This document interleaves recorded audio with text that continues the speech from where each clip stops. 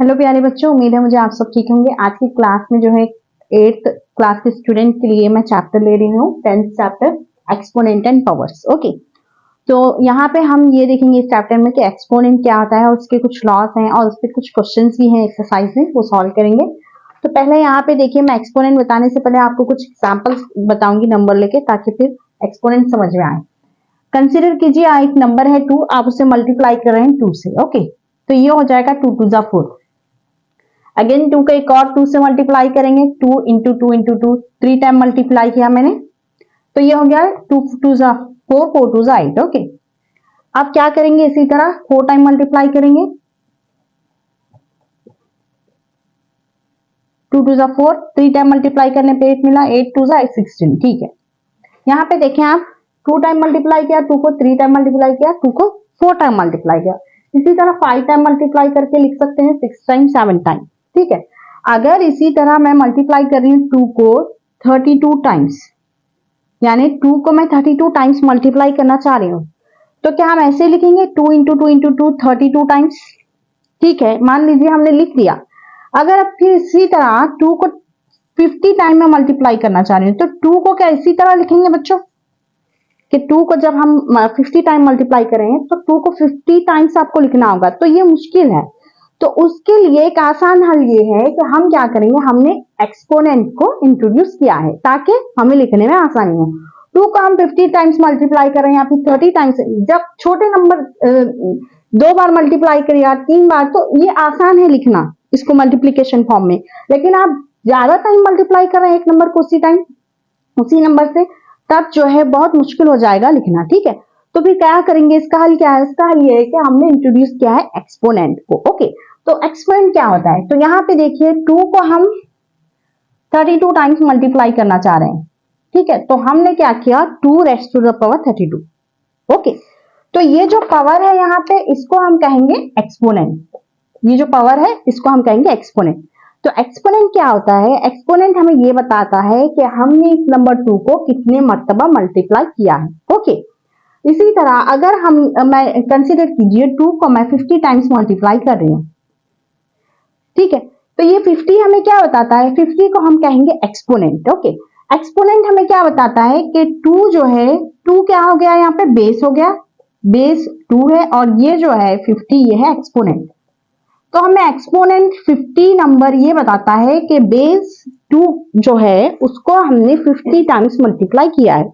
ठीक है, तो बेस इसका मतलब ये है एक्सपोनेंट का कि कितने मर्तबा हम उस नंबर को मल्टीप्लाई कर रहे हैं, और उसी नंबर से, किसी और नंबर से नहीं। अगर किसी और नंबर से मल्टीप्लाई करेंगे तब आप एक्सपोनेंट नहीं लिख सकते, वही नंबर लिखना होगा आपको। ओके, लेकिन आप यहाँ पे हम 2 को ही मल्टीप्लाई कर रहे हैं, 2 से, सिर्फ वही नंबर से सेम मल्टीप्लाई कर रहे हैं, तब हम एक्सपोनेंट का यूज कर सकते हैं। ओके, तो यहाँ पे देखिए 2 को मैंने 2 टाइम मल्टीप्लाई किया, इसको किस तरह लिख सकते हैं? एक्सपोनेंट फॉर्म में, 2 raised to the power 2। Okay, 2 raised to the power 2 है, तो इसको कैसे पढ़ सकते हैं हम? 2 रेज़्ड टू द पावर 2 या फिर 2 पावर सेकेंड, इसका पावर सेकेंड है, ऐसे भी कह सकते हैं, या फिर 2 इसका एक्सपोनेंट है 2, और एक इसका स्पेसिफिक नेम है, वो होगा स्क्वायर। ठीक है, इसको हम कहेंगे ऐसा नंबर जिनका पावर या फिर जिनका एक्सपोनेंट 2 है, उनको हम कहेंगे स्क्वायर। बिल्कुल इसी तरह यहाँ पे है, 2 को 3 टाइम मल्टीप्लाई किया मैंने, 2 raised to the power 3। Okay, तो 2 को अब 3 टाइम मल्टीप्लाई किया है, तो यहाँ पे इसको कहेंगे 2 रेज़्ड टू द पावर 3। इसका भी एक स्पेसिफिक नेम दिया है हमने, इसको हम कहेंगे क्यूब। अगर आप एक नंबर को उसी नंबर से 3 बार मल्टीप्लाई करेंगे तो उसको हम कहेंगे क्यूब। एक नंबर को फिर उसी नंबर से 2 बार मल्टीप्लाई करेंगे तो उसको कहेंगे स्क्वायर, और वो भी इस तरह लिखने के तरीकों को कहेंगे, 2 रेज़्ड टू द पावर 2 को कहेंगे square, 2 raised to the power 3 को कहेंगे क्यूब। ठीक है, तो चलिए अब डेफिनेशन देखते हैं और कुछ और एग्जाम्पल में बताऊंगी। ये तो जस्ट इन जनरल मैंने बताया है कि हमने एक्सपोनेंट को इंट्रोड्यूस क्यों किया है मैथ्स में, क्यों लिया है हमने एक्सपोनेंट, इसकी क्या जरूरत थी, इसकी नीड्स क्या है। ओके, तो चलिए अब हम इसका डेफिनेशन देखेंगे। तो यहाँ पे देखिए बच्चों, एक्सपोनेंट्स के बारे में अब देखेंगे हम। Exponents tell us how many times we need to multiply the base itself. तो बेस पे जो नंबर हमने लिखा होता है, उसको हम उसी नंबर से कितने मर्तबा मल्टीप्लाई करें, ये हमें एक्सपोनेंट बताता है। ठीक है, फॉर एग्जाम्पल यहाँ पे एक नंबर कंसिडर कीजिए आप 10, रेज टू पावर 24। ओके, तो अब यहाँ पे आप देखें, ये जो नंबर है 10, इसको हम कहेंगे बेस। नीचे जो नंबर लिखा है मैंने लार्जर नंबर, वो होगा बेस, और स्मॉलर ये छोटा 24 जो कोने में मैंने लिखा है कॉर्नर पे, उसको कहेंगे एक्सपोनेंट। ओके, इसको किस तरह रीड करेंगे, 10 रेज टू द पावर 24, इस तरह इसको रीड करेंगे। और यहाँ पे देखें जो लार्जर नंबर है, यानी अब अगर वैल्यू से देखेंगे तो 24 बड़ा होगा 10 से, लेकिन मैं साइज की बात करूं यहाँ पे तो कंफ्यूज ना हो, जो नंबर बड़ा होगा वो होगा बेस, लिखने में साइज में जो बड़ा होगा, और जो कॉर्नर साइड में छोटा सा मैंने लिखा उसको हम कहेंगे एक्सपोनेंट। ठीक है, तो यहाँ पे कंफ्यूज ना हो, नीचे वाला जो नंबर होगा वो हमेशा बेस होता है। तो हमें एक्सपोनेंट क्या बताए, यहाँ पे 24 जो है एक्सपोनेंट है, वो हमें क्या बताता है, वो हमें ये बताता है 24 कि हम 10 को फिर सी नंबर 10 से 24 टाइम्स मल्टीप्लाई कर रहे हैं।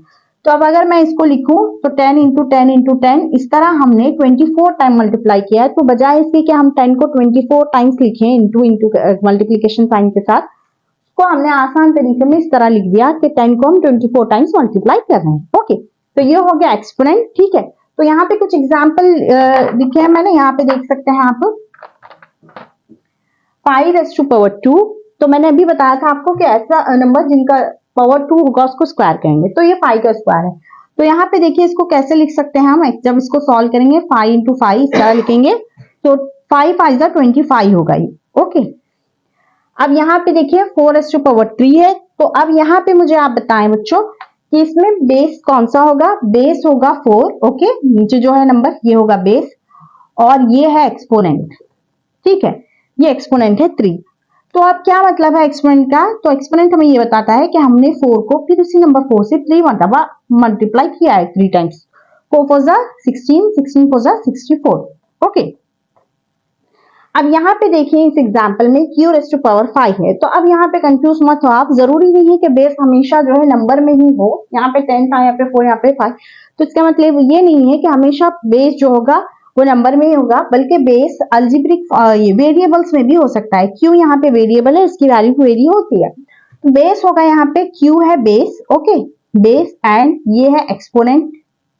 ओके बच्चों, और यहाँ पे ये है एक्सपोनेंट, 6 एक्सपोनेंट है, और z जो है वो बेस है।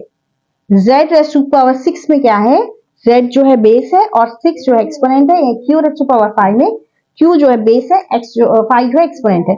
तो आपको क्वेश्चंस कैसे होंगे, आपको जो है क्वेश्चंस कुछ इस तरह होंगे, 7 raise to power 7 raise to power 7 raise to power 7, right this in notation, exponent notation form. अगर आपको इस तरह दिया गया है, right this in exponent notation form, यानी कि आपको इस फॉर्म में आपको लिखना है। एक्सपोनेंट नोटेशन फॉर्म मतलब इस तरह एक्सपोनेंट फॉर्म में। तो पहले बच्चों आप ये बताएं बेस किसे लेंगे, 7 होगा यहाँ पे बेस। ओके, एक्सपोनेंट क्या होता है, 7 को हमने कितनी मर्तबा मल्टीप्लाई किया वो होता है एक्सपोनेंट। तो यहाँ पे काउंट करें 1 2 3 4, 7 को हमने 4 टाइम्स मल्टीप्लाई किया है। ओके, 7 को हमने 4 टाइम मल्टीप्लाई किया है। तो या तो आपको इस तरह क्वेश्चन होगा कि आपको एक्सपोनेंट फॉर्म में दिया जाएगा, आपको उसे सॉल्व करना होगा, या फिर बच्चों आपको इस तरह दिया जाएगा, आपको उसको लिखना होगा नोटेशन फॉर्म में, एक्सपोनेंट नोटेशन फॉर्म में। तो बेस किसे लेंगे, जिस नंबर को हमने मल्टीप्लाई किया वो बेस होगा, कितने मर्तबा मल्टीप्लाई किया है वो एक्सपोनेंट होगा।